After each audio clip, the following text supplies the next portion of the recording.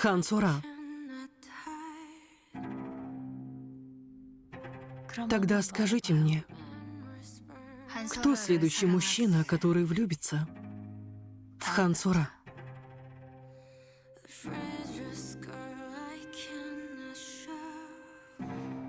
Юн Цзиньже, Чжue Юнхо, Ли Сухо.